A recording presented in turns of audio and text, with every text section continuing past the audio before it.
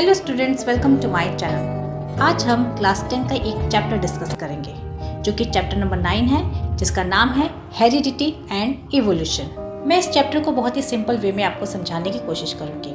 मैं किसी बुक से नहीं बल्कि एक नोट से आपको पढ़ाऊंगी, उसको समझाऊंगी। आप चाहे उस नोट्स को लिख भी सकते हैं और या तो इम्पॉर्टेंट चीज़ को कहीं भी आप अपने नोटबुक में नोट डाउन कर सकते हैं। तो शुरू करते हैं आज का chapter number 9, heredity and evolution. सबसे पहले हेरिडिटी टर्मिनोलॉजी को समझ लेते हैं। Characters which transmit in progenies from generation to generation from parents are called hereditary characters and the property to inherit the characters is called heredity. जैसा कि आप जानते हैं कि हर बच्चे अपने पेरेंट्स की तरह दिखते हैं। कभी कभार आपने सुना होगा कि बेटा अपनी मम्मी पे गया है या बेटी अपने पापा पे गई है। क्यों ऐसा कहा जाता है? वो इसलिए कहा जाता है कि लक्षण जो होते हैं वो मिलते जुलते लगते हैं, या बाय फेस वो अपनी मम्मी या पापा की तरह मिलते जुलते लगते हैं। तो ये जो लक्षण होते हैं उन्हें अपने पेरेंट्स से मिलते हैं, जो कि जनरेशन टू जनरेशन आगे ट्रांसमिट होते जाते हैं। इन्हें ही हम हेरिडिटरी कैरेक्टर्स कहते हैं। और इनका ट्रांसमिशन मतलब एक जनरेशन से दूसरे जनरेशन तक पहुंचना हेरिडिटी कहलाता है। आगे एक और टर्मिनोलॉजी जानने की आपको ज़रूरत है, जो कि वेरिएशन है। It means the differences in the characters of a species. Variations occur during reproduction both because of error in DNA copying and as a result of sexual reproduction. Variations contribute to evolution. एक ही species के सभी individuals कभी आपको एक जैसे नहीं दिखेंगे, यानी कि उनमें थोड़ा बहुत वेरिएशन या विभिन्नताएं ज़रूर होती हैं, चाहे वो दो भाई ही क्यों ना हो, दो बहनें ही क्यों ना हो। जितना ज़्यादा वेरिएशन उन लोगों में होगा, यानी दो भाइयों में दो बहनों में होगा या भाई बहन में होगा, उतना ही ज़्यादा वो एक दूसरे से अलग दिखेंगे। जितना कम वेरिएशन होगा उतना वो एक दूसरे के सिमिलर दिखेंगे। जब किसी स्पीशीज़ में वेरिएशन कुछ ज़्यादा ही हो जाता है तो एक नए स्पीशीज़ को जन्म देता है। Chromosomes are long thread like structures present in the nucleus of a cell which contain hereditary information of the cell in the form of genes. Chromosomes thread like structure होते हैं, मतलब कि लंबे लंबे धागे की तरह दिखते हैं, जो कि सेल के न्यूक्लियस में पाए जाते हैं। और न्यूक्लियस कहाँ होते हैं? सेल के सेंटर में। तो इन क्रोमोसोम्स में हेरिडिटरी इंफॉर्मेशंस कैद होती है, जो कि जीन्स के फॉर्म में होती है। DNA is a chemical in the chromosomes which carries the traits in a coded form. DNA एक केमिकल होता है जो कि क्रोमोसोम से पाया जाता है। ये हमेशा कोडेड फॉर्म में होता है। ये एक जेनेटिक मटेरियल होता है। Gene is a part of a chromosomes which controls a specific biological function. Genes chromosome का ही एक पार्ट है जो कि सेल के कुछ विशेष तरह के फंक्शंस होते हैं उनको कंट्रोल में रखता है। डोमिनेंट कैरेक्टर्स, जो ट्रेट्स है कैरेक्टर्स, अपने आप को एक्सप्रेस कर पाते हैं, इसलिए वो डोमिनेंट कहलाते हैं। बट कुछ कैरेक्टर्स ऐसे होते हैं जो अपने आप को एक्सप्रेस नहीं कर पाते, वो दब के रह जाते हैं, इसलिए वो रेसेसिव कहलाते हैं। जैसा कि आप पी प्लांट में देख सकते हैं, इसमें टॉलनेस एक डोमिनेंट कैरेक्टर है, वहीं ड्वार्फनेस आपका रेसेसिव कैरेक्टर होगा। कहने का मतलब ये है कि जब एक टॉल पी प्लांट और एक ड्वार्फ पी प्लांट के बीच में क्रॉस पॉलिनेशन कराया जाता है तो फर्स्ट जनरेशन में सभी प्लांट्स केवल और केवल टॉल ही मिलते हैं, यानी कि यहाँ पे टॉलनेस एक डोमिनेंट कैरेक्टर हुआ। एलील और allelomorph, a pair of genes having comparative characters is called alleles. These are situated on the same locus on a chromosome. किन्हीं दो कंपैरेटिव कैरेक्टर्स के जीन्स के पेयर को हम एलील कहेंगे, जैसे कि एक टॉल और दूसरा ड्वार्फ प्लांट, एक पर्पल और दूसरा वाइट फ्लावर, एक राउंड और दूसरा रिंकल सीड। तो आप देख रहे हैं यहाँ पे दो अपोजिट कैरेक्टर्स हैं, जैसे कि एक टॉल तो उसका अपोजिट ड्वार्फ, एक पर्पल कलर का फ्लावर तो दूसरा वाइट कलर का फ्लावर। तो ये जो है कंपैरेटिव कैरेक्टर्स होंगे और इनके जीन्स के पेयर को हम एलील कहेंगे या एलिलोमॉर्फ कहेंगे। Hybrid, when a cross is made between two parents having comparative characters, the progenies produced by those parents are known as hybrid and this process is called hybridization. जब हम दो comparative characters के अलग अलग plant लेंगे और उनके बीच में क्रॉस पॉलिनेशन कराएंगे तो उनसे जो भी हमें प्लांट्स मिलेंगे वो हाइब्रिड कहलाएंगे और इस प्रोसेस को हाइब्रिडाइजेशन कहेंगे। यहाँ पे दोनों कंपैरेटिव कैरेक्टर्स के प्लांट्स अपने अपने मामले में बिल्कुल प्योर होने चाहिए, जैसे कि pure tall plant, pure dwarf plant. जब इन दोनों के बीच में क्रॉसिंग कराई जाती है तो सभी प्लांट्स हमें हाइब्रिड मिलते हैं। यानी कि वो बिल्कुल प्योर नहीं होते हैं अपने पेरेंट्स की तरह। Monohybrid cross, a cross made for the study of one pair of comparative characters is called monohybrid cross. जब भी कंपैरेटिव कैरेक्टर्स की किसी एक पेयर की स्टडी के लिए क्रॉस पॉलिनेशन कराया जाता है तो हम उसे मोनोहाइब्रिड क्रॉस कहते हैं। जैसे कि हम पी प्लांट की हाइट की स्टडी के लिए एक टॉल और एक ड्वार्फ पी प्लांट लेते हैं और उनके बीच में क्रॉस पॉलिनेशन कराते हैं, और वहीं पे जब हम two pairs of comparative characters के बीच में क्रॉस पॉलिनेशन कराते हैं तब हम इसे डाई हाइब्रिड क्रॉस कहते हैं। जैसे कि पी प्लांट की सीड की स्टडी के लिए हम दो पेयर लेंगे कंपैरेटिव कैरेक्टर्स के। पहला जो कि सीड के कलर को बताएगा, यानी कि वो येलो होगा या ग्रीन, और दूसरा जो कि उसके शेप को बताएगा, वो राउंडेड होगा या wrinkled. Phenotype, it is external appearance of the organism, यानी कि कोई भी ऑर्गेनिज्म बाहर से जैसा भी दिखता है वो उसका फिनोटाइप कहलाता है। जैसे कि एक टॉल पी प्लांट और ड्वार्फ पी प्लांट के बीच में क्रॉस पॉलिनेशन कराया जाता है तो फर्स्ट जनरेशन में सभी प्लांट्स टॉल ही मिलते हैं, यानी कि टॉल उसका फिनोटाइप हुआ।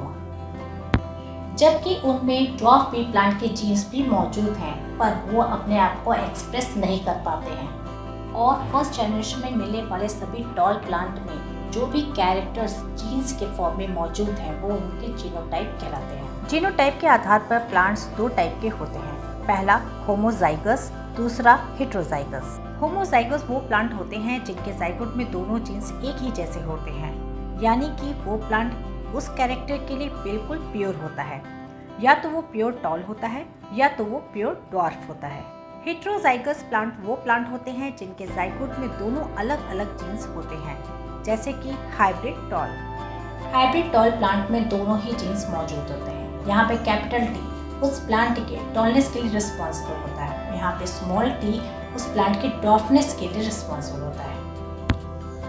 अब हम आते हैं मेंडल्स एक्सपेरिमेंट पे।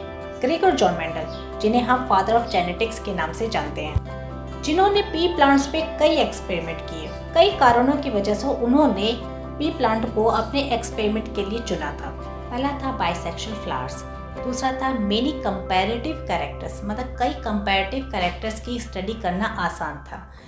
तीसरा था कि सेल्फ पॉलिनेशन जनरली होता था, और चौथा था इजी हाइब्रिडाइजेशन, यानी क्रॉस पॉलिनेशन कराना भी बहुत आसान था, और लास्ट था pea plants are annual so no more wait for result of experiments. तो मेंडल ने अपनी स्टडी के लिए पी प्लांट के लगभग 7 कंपैरेटिव कैरेक्टर्स को लिए।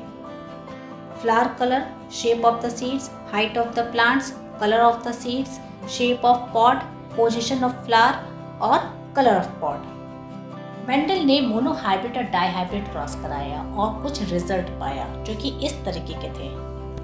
मोनोहाइब्रिड क्रॉस के लिए मेंडल ने 2 प्योर प्लांट लिए, मतलब एक टॉल प्लांट था प्योर और दूसरा प्योर ड्वार्फ प्लांट था। उन दोनों के बीच में क्रॉस पॉलिनेशन कराया, जिससे F1 जनरेशन यानी फर्स्ट जनरेशन में सभी प्लांट्स टॉल ही उनको मिले, केवल टॉल प्लांट थे, इनमें कोई भी ड्वार्फ प्लांट नहीं था। F1 जनरेशन में सभी के सभी जो प्लांट्स थे वो टॉल थे, ना कोई मीडियम ना कोई ड्वार्फ, मतलब कोई भी मिक्सचर नहीं था, सबके सब टॉल ही मिले। फिर मेंडल ने F1 जनरेशन के सभी प्लांट्स में सेल्फ पॉलिनेशन होने दिया। फिर F2 जनरेशन में उन्होंने जो भी प्लांट्स पाए वो एक रेशियो में मिले। यहाँ पे सभी के सभी प्लांट्स टॉल नहीं थे जैसे कि F1 जनरेशन में मिले थे। उन्हें 75% टॉल प्लांट मिले, वही 25% ड्वार्फ प्लांट मिले। यहाँ पे फिनोटाइप रेशियो बनता है 3:1 का। बट अगर हम जीनोटाइप की बात करें तो इनमें कुछ प्लांट्स हाइब्रिड भी थे, यानी कि उनमें दोनों जीन्स मौजूद थे। दोनों में से कोई एक जीन ने अपने आप को डोमिनेंट साबित किया और वही कैरेक्टर F1 जनरेशन में शो होते हैं, जैसे कि टॉलनेस। टॉलनेस यहाँ पे डोमिनेंट कैरेक्टर है जिसकी वजह से सभी के सभी प्लांट टॉल मिले। आगे F2 जनरेशन में हमें टॉल के साथ साथ ड्वार्फ प्लांट भी मिलते हैं, बट अगेन इनमें से कुछ हाइब्रिड भी होते हैं। चूँकि F2 जनरेशन में 4 प्लांट्स में से 3 प्लांट्स टॉल थे और एक ड्वार्फ था, इसलिए इसका फिनोटिपिक रेशियो बनता है 3:1 का। 25% टॉल प्लांट और 25% ड्वार्फ प्लांट दोनों ही होमोजीनस प्लांट थे, यानी उनमें दोनों ही जीन्स एक जैसे थे। बाकी के 50% प्लांट्स हाइब्रिड थे, यानी कि उनमें दोनों ही तरह के जीन्स मौजूद थे। बट अगर इनका जीनोटाइप रेशियो देखा जाए तो 4 में से 2 प्लांट्स बिल्कुल प्योर थे। एक बिल्कुल प्योर टॉल और दूसरा बिल्कुल प्योर ड्वार्फ, और दो जो थे वो हाइब्रिड प्लांट थे, यानी हाइब्रिड टॉल। तो इनका जीनोटाइप रेशियो बनता है 1:2:1। आई होप आपको मोनो हाइब्रिड क्रॉस अच्छे से समझ में आ गया होगा। अब आगे बढ़ते हैं डाई हाइब्रिड क्रॉस की तरफ। मेंडल ने डाई हाइब्रिड क्रॉस के लिए कंपैरेटिव कैरेक्टर्स के दो पेयर लिए। एक तरफ उन्होंने येलो एंड राउंडेड सीड्स लिए और दूसरी तरफ उन्होंने ग्रीन और रिंकल्ड सीड्स लिए और दोनों के बीच में क्रॉस पॉलिनेशन करा दी।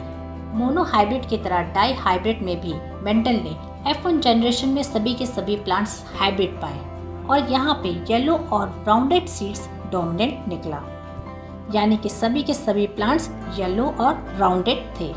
फिर उन्होंने F1 जनरेशन में सेल्फ पॉलिनेशन होने दिया और 4 तरह के सीड्स पाए F2 जनरेशन में, यानी 2 टाइप के नए सीड्स उन्हें और मिले, जिनका फिनोटाइप रेशियो था 9:3:3:1। उन्होंने बताया कि गैमेट्स फॉर्मेशन के समय जीन्स के नए नए कॉम्बिनेशन बनते हैं जो आगे चल के अपने कैरेक्टर्स शो करते हैं, जिनसे कुछ नए प्लांट्स बनते हैं। तो अपने एक्सपेरिमेंट के आधार पर मेंडल ने 3 लॉज दिए। First law, law of dominance. Second law, law of segregation और law of purity of gametes. Third law, law of independent assortment. Law of dominance ये बताता है कि जब हम दो कंपैरेटिव कैरेक्टर्स के बीच में क्रॉसिंग कराते हैं तो दोनों में से कोई एक कैरेक्टर डोमिनेंट हो जाता है और वहीं दूसरा कैरेक्टर दब जाता है, जैसा कि हमने मोनो हाइब्रिड क्रॉस में देखा। F1 जनरेशन में सभी के सभी टॉल प्लांट मिले। सेकेंड लॉ ये बताता है कि जीन्स हमेशा पेयर में रहते हैं और गैमेट फॉर्मेशन के समय उनमें से कोई एक जीन गैमेट में पहुंचता है। यही law of purity of gametes कहलाता है। एग्जाम्पल के तौर पे जब किसी प्योर टॉल की क्रॉसिंग प्योर ड्वार्फ प्लांट से कराई जाती है तो F1 जनरेशन में सभी के सभी प्लांट हाइब्रिड टॉल पाए जाते हैं, यानी कि दोनों ही कंपैरेटिव कैरेक्टर्स के जीन्स उसमें पाए जाते हैं जो कि उनको पेरेंट्स से मिलते हैं। F2 जनरेशन में भी कुछ ऐसा ही देखने को मिलता है, यानी कि एक साथ दोनों रहते हुए भी एक दूसरे से मिक्स नहीं होते। जो कैरेक्टर रिसेसिव रहता है वो आगे चल के अपना कैरेक्टर जरूर शो करता है, जैसे कि ड्वार्फ प्लांट के केस में होता है। तीसरा लॉ ये बताता है कि 2 या 2 से अधिक कॉन्ट्रास्टिंग कैरेक्टर यानी कंपैरेटिव कैरेक्टर्स के जीन्स के जो पेयर होते हैं वो आगे चल के नए नए जीन्स के पेयर बनाते हैं, नए नए कॉम्बिनेशन तैयार करते हैं, जो कि आगे गैमेट फ्यूजन यानी फर्टिलाइजेशन के बाद नए टाइप के प्लांट्स को जन्म देते हैं, जैसा कि डाई हाइब्रिड क्रॉस में देखा गया है। अब हम नेक्स्ट टॉपिक की तरफ बढ़ेंगे, जो कि है सेक्स डिटर्मिनेशन। बेबी के बॉय या गर्ल होने के लिए कौन रिस्पॉन्सिबल होता है? कौन से ऐसे फैक्टर्स हैं जो कि सेक्स डिटर्मिनेशन के लिए रिस्पॉन्सिबल होते हैं? पहला होता है एनवायरमेंटल और दूसरा होता है जेनेटिक। कुछ एनिमल्स के लिए टेम्परेचर डिसाइड करता है कि फर्टिलाइज्ड एग से मेल निकलेगा या female, for example turtle. But genetic ये सबसे बड़ा फैक्टर है सेक्स डिटर्मिनेशन के लिए। कुछ एनिमल्स और ह्यूमन बीइंग्स में कुछ क्रोमोसोम्स ऐसे होते हैं जो कि डिसाइड करते हैं कि आने वाला बच्चा मेल होगा या फीमेल। चूँकि ये क्रोमोसोम्स सेक्स डिसाइड करते हैं इसलिए इन्हें सेक्स क्रोमोसोम कहते हैं। ह्यूमन बीइंग्स में 23 पेयर्स होते हैं क्रोमोसोम्स के, यानी 46 टोटल क्रोमोसोम्स होते हैं।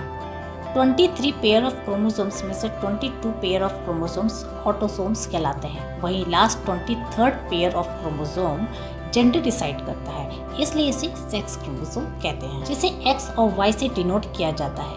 जब पेयर में दोनों ही X क्रोमोसोम्स होते हैं तब फीमेल का जन्म होता है, वहीं जब पेयर में X और Y क्रोमोसोम्स होते हैं तब मेल का जन्म होता है। गैमेट फॉर्मेशन के समय इन क्रोमोसोम्स की संख्या आधी हो जाती है, जिसे हम हैप्लॉइड कहते हैं, और गैमेट की फॉर्मेशन को हम गैमेटोजेनेसिस कहते हैं, जो कि मेल और फीमेल दोनों में होती है और दोनों में ही गैमेट्स का फॉर्मेशन होता है।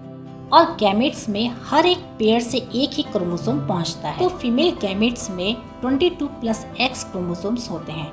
यहाँ पे 22 क्रोमोसोम्स पेयर में होते हैं और एक X सेक्स क्रोमोसोम पाया जाता है। इसी तरह मेल के गैमेट्स में 22 + X और 22 + Y क्रोमोसोम्स होते हैं। चूँकि मेल में पाए जाने वाला सेक्स क्रोमोसोम X और Y होता है, इसलिए गैमेट के फॉर्मेशन के समय दोनों में से एक एक क्रोमोसोम गैमेट्स में पहुंचता है और दो टाइप के गैमेट्स बनते हैं। फर्टिलाइजेशन के बाद जाइगोट का फॉर्मेशन होता है। जाइगोट के फॉर्मेशन के बाद क्रोमोसोम्स की संख्या पहले जैसे 46 हो जाती है, यानी कि 23 का पेयर बन जाता है। बट यहाँ पे दो तरह के जाइगोट का फॉर्मेशन होता है। पहला 44 प्लस XX, दूसरा 44 प्लस XY क्रोमोसोम्स। ये डिपेंड करता है कि किन दो गैमेट्स के फ्यूजन के बाद जाइगोट का फॉर्मेशन होता है। जब जाइगोट में X और Y सेक्स क्रोमोसोम पहुंचता है तो उससे एक बॉय का जन्म होता है, और जब जाइगोट में दोनों ही X क्रोमोसोम पहुंचते हैं तो उससे हमेशा एक फीमेल यानी कि गर्ल का जन्म होता है। यानी कि मेल सेक्स क्रोमोसोम ही रिस्पॉन्सिबल होता है सेक्स डिटर्मिनेशन के लिए। अब हम बात करेंगे इवोल्यूशन की। The process of gradual development over millions of years in organisms through generation by inheriting the traits of their previous generation is termed as evolution. Evolution एक तरह का बदलाव है जो हर ऑर्गेनिज्म में होता है। ये बदलाव धीमे धीमे हर एक ऑर्गेनिज्म में आता है और ये कई सालों से होता आ रहा है और आगे भी होता रहेगा। और बदलाव एक जनरेशन से दूसरे जनरेशन में पहुंचती है, जिससे कि नए स्पीशीज का जन्म होता है। जेबीएस हेल्डन का कहना था कि अर्थ पे जीवन के रूप में एक बहुत ही सिंपल ऑर्गेनिज्म रहा करते थे, जो कि बाद में कॉम्प्लेक्स में चेंज होते चले गए, यानी कि ये और ही जटिल बनते चले गए। यूनिसेल्युलर से मल्टीसेल्युलर में चेंज होते चले गए। चार्ल्स रॉबर्ट डार्विन ने एक आइडिया प्रपोज किया जिसका नाम था evolution of species by natural selection, जो कि बहुत ही पॉपुलर हुआ था और कई साइंटिस्ट ने इसे एक्सेप्ट भी किया। नेचुरल सिलेक्शन के आधार पर कहा जाता है कि किसी भी पॉपुलेशन या स्पीशीज के कुछ ऐसे ट्रेट्स या कैरेक्टर्स होते हैं जो कि नेचर द्वारा सिलेक्ट किए जाते हैं। ये ट्रेट्स या कैरेक्टर्स उस पॉपुलेशन या स्पीशीज के लिए फेवरेबल होते हैं, जो कि उन्हें सरवाइव करने के लिए सक्षम बनाते हैं, जिससे कि वो पॉपुलेशन या स्पीशीज बदलते हुए एनवायरनमेंट में अपने आप को अडेप्ट कर पाती है। अर्थ में लगातार लाखों करोड़ों सालों से कुछ न कुछ चेंज आता चला गया, जिसमें कि ऑर्गेनिज्म को सरवाइव करने के लिए उनमें कुछ ऐसे बेसिक कैरेक्टर्स होने चाहिए थे जो कि उन्हें उस माहौल में सरवाइव करने के काबिल बना सके। तो कुछ ऑर्गेनिज्म ने उस समय के बदलते हुए एनवायरनमेंट के हिसाब से अपने आप को ढाल लिया और वो सरवाइव कर पाए। एग्जाम्पल के तौर पे आजकल के जो मॉडर्न जिराफ हैं, जो कि आपको लंबी गर्दन वाले दिखते हैं और आगे की दो टांगे भी लंबी आपको दिखती हैं, माना जाता है कि उनके एंसेस्टर्स डियर की तरह दिखते थे, जो कि पहले अर्थ सरफेस पे खाने के लिए बहुत कुछ मिल जाता था। बट एक टाइम ऐसा आया जब अर्थ सरफेस पे खाने की चीज़ों का अकाल पड़ गया और उन्हें पेड़ के पत्तों पर डिपेंड होना पड़ गया। पेड़ के पत्तों तक पहुंचने के लिए उनकी गर्दन लंबी होती चली गई और आगे की टांगें भी लंबी हो गईं। अगर उन्होंने ऐसा ना किया होता तो ये स्पीशीज भी विलुप्त हो चुकी होती। नेचुरल सिलेक्शन 3 प्रिंसिपल्स का नतीजा माना जाता है। पहला कि most characteristics are inherited. Natural selection में ज़्यादातर कैरेक्टर्स यानी कि लक्षण इनहेरिटेड होते हैं, यानी कि पीढ़ी दर पीढ़ी पहुँचते हैं। ज़्यादा से ज़्यादा ऑफस्प्रिंग्स पैदा होते हैं जो कि अपने आप को सरवाइव कर पाते हैं, और उन ऑफस्प्रिंग्स में वो फेवरेबल कैरेक्टरिस्टिक्स होते हैं जो कि उन्हें सरवाइव करने के लायक बनाते हैं, यानी हर सिचुएशन में वो अपने आप को अडेप्ट कर पाते हैं, और जो नहीं कर पाते हैं वो विलुप्त हो जाते हैं। बट नेचुरल सिलेक्शन को कुछ लोगों ने क्रिटिसाइज भी किया, क्योंकि ये थियरी कई चीज़ों को एक्सप्लेन करने में नाकामयाब थी। फिर ग्रेगर जॉन मेंडल ने पी प्लांट पे काफ़ी रिसर्च करने के बाद जर्म सेल का कॉन्सेप्ट रखा। उन्होंने जीन्स को अपने टर्म में एक्सप्लेन किया। उन्होंने बताया कि कुछ ऐसे कैरेक्टर्स होते हैं जो कि पेरेंट्स से उनके प्रोगेनिस में पहुंचते हैं, और कुछ ऐसे भी कैरेक्टर्स होते हैं जो इनहेरिटेड नहीं होते हैं। उन्होंने एक्वायर्ड ट्रेट्स और इनहेरिटेड ट्रेट्स में डिफरेंस क्लियर किया।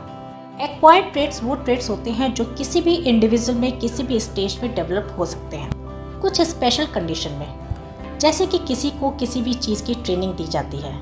इनहेरिटेड ट्रेट्स वो ट्रेट्स होते हैं जो कि ट्रांसमिट होते एक जनरेशन से दूसरे जनरेशन में। ये ट्रेट्स आगे आने वाली पीढ़ी में पहुंचते जाते हैं। वहीं एक्वायर्ड ट्रेट्स आने वाली पीढ़ी में कभी भी ट्रांसफर नहीं होते हैं। स्पेशिएशन किसी भी स्पीशीज का बनना लगातार कोई ग्रेजुअल डेवलपमेंट का ही रिजल्ट होता है। इवोल्यूशन के कारण ही नई स्पीशीज का जन्म होता है। स्पीशीज एक ग्रुप होता है कुछ ऐसे ऑर्गेनिजम्स का जिनमें एक ही जैसे ट्रेड्स पाए जाते हैं और जिनमें आपस में ब्रीडिंग की कैपेबिलिटी होती है। स्पेशिएशन वो मैकेनिज्म या प्रोसेस होती है जिसके दौरान नई स्पीशीज बनती है जो कि उस स्पीशीज से काफ़ी डिफरेंट होते हैं। कुछ फैक्टर्स होते हैं जो इसके लिए रिस्पॉन्सिबल होते हैं, जैसे कि स्प्लिटिंग ऑफ पॉपुलेशन। कोई भी पॉपुलेशन बहुत तेज़ी से ग्रो करती है जब उसको फेवरेबल इन्वायरमेंट मिलता है। उसको सर्वाइव करने के लिए, खाने पीने के लिए सब कुछ जब फेवरेबल चीज़ें मिलती है तो वो पॉपुलेशन लगातार ग्रो करती है। ग्रो करते करते बहुत दूर तक फैल जाती है। जब उनके बीच में कोई बैरियर आ जाता है जैसे कि माउंटेन या रिवर, तो ये पॉपुलेशन सेपरेट हो जाती है या टुकड़ों में बट जाती है और अलग ग्रो करने लगती है। जियोग्राफिकल डिफरेंस की वजह से टुकड़ों में बटी हुई ये पॉपुलेशन अपने अपने एरिया में ग्रो करती है और एक नई स्पीशीज को जन्म देती है। जैसे कोई भी पॉपुलेशन किसी भी बैरियर की वजह से टुकड़ों में बटकर कहीं ठंडी एरिया में पहुंच जाती है तो कहीं गर्म एरिया में पहुंच जाती है। तो दोनों एरिया में ग्रो करने वाली जो भी पॉपुलेशन होगी वो एक दूसरे से काफ़ी डिफरेंट दिखेगी और एक नई स्पीशीज कहलाएगी। Genetic drift. लगातार चेंजेस के दौरान जब किसी पॉपुलेशन के जीन्स में कोई चेंज आता है तो वो इनहेरिटेड ट्रेट्स दर्शाता है, यानी वो चेंज आने वाली पीढ़ी में भी पहुंचता है और वो चेंज उस स्पीशीज के लिए काफ़ी स्पेसिफिक होता है, उसे उसके एनवायरनमेंट के लिए फेवरेबल बनाता है। ये चेंज कैसा भी हो सकता है, किसी भी एलील या जीन्स में अचानक कोई चेंज आ जाने से भी ये चेंज आता है, या गैमेट्स के फॉर्मेशन के दौरान भी कोई चेंज आ सकता है, बट ये चेंज उस स्पीशीज के लिए काफ़ी हेल्पफुल होता है। Natural selection. जैसे कि मैंने आपको पहले ही बता दिया कि किसी भी पॉपुलेशन में लगातार कोई ना कोई चेंज आता है, बट अगर कोई वो चेंज उस पॉपुलेशन या स्पीशीज़ को उसकी इन्वायरमेंट या किसी भी बदलते हुए इन्वायरमेंट में अडेप्ट करने के लिए हेल्प करता है तो नेचर उस स्पीशीज़ या पॉपुलेशन को सेलेक्ट करती है और यही ट्रेड्स या कैरेक्टर्स आगे पीढ़ी दर पीढ़ी पहुंचती है और नई स्पीशीज़ को जन्म देती है। इवोल्यूशनरी रिलेशनशिप में कई पॉपुलेशन या स्पीशीज एक दूसरे से कनेक्टेड देखे गए हैं जिनके आधार पे उनका क्लासिफिकेशन किया गया है। उन डिफरेंट स्पीशीज में कुछ ऐसी कैरेक्टरिस्टिक्स पाए गए हैं जो कि उन्हें एक दूसरे से कनेक्ट करते हैं।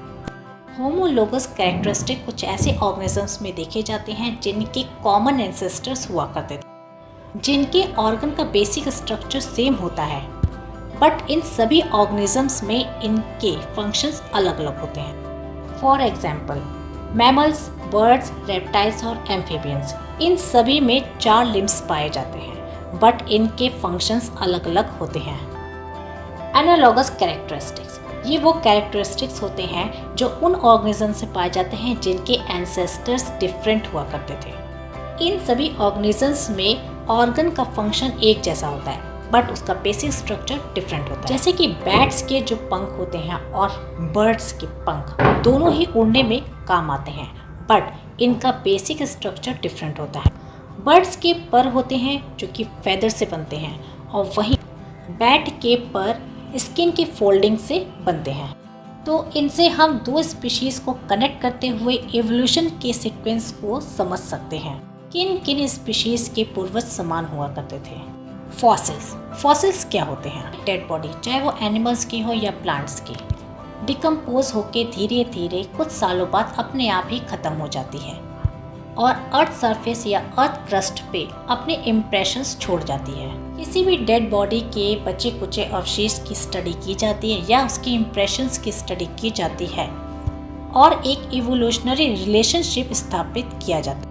हमें ये पता चलता है कि वो फॉसिल कितना पुराना है या हमारे पूर्वज यानी किसी भी एनिमल्स के एंसेस्टर्स या पूर्वज कैसे हुआ करते थे। तो फॉसिल्स की 2 तरीके की स्टडी होती है। पहली रिलेटिव डेटिंग, जिसमें कि अर्थ की डिगिंग की जाती है, फॉसिल निकाले जाते हैं या वो रॉक्स जिसमें फॉसिल पाए जाते हैं उसकी स्टडी की जाती है। जो फॉसिल जितना पुराना होता है वो अर्थ सरफेस में उतना ही नीचे दबा होता है। रेडियोमेट्रिक डेटिंग में फॉसिल की स्टडी के लिए रेडियो एक्टिव एलिमेंट्स का यूज़ किया जाता है। तो ये था आज का चैप्टर। आई होप आज का चैप्टर आपको अच्छे से समझ में आ गया होगा। अगर समझ में आ गया हो तो लाइक ज़रूर कीजिएगा और आगे की पढ़ाई के लिए मेरे चैनल को सब्सक्राइब ज़रूर कीजिएगा। Thank you for watching.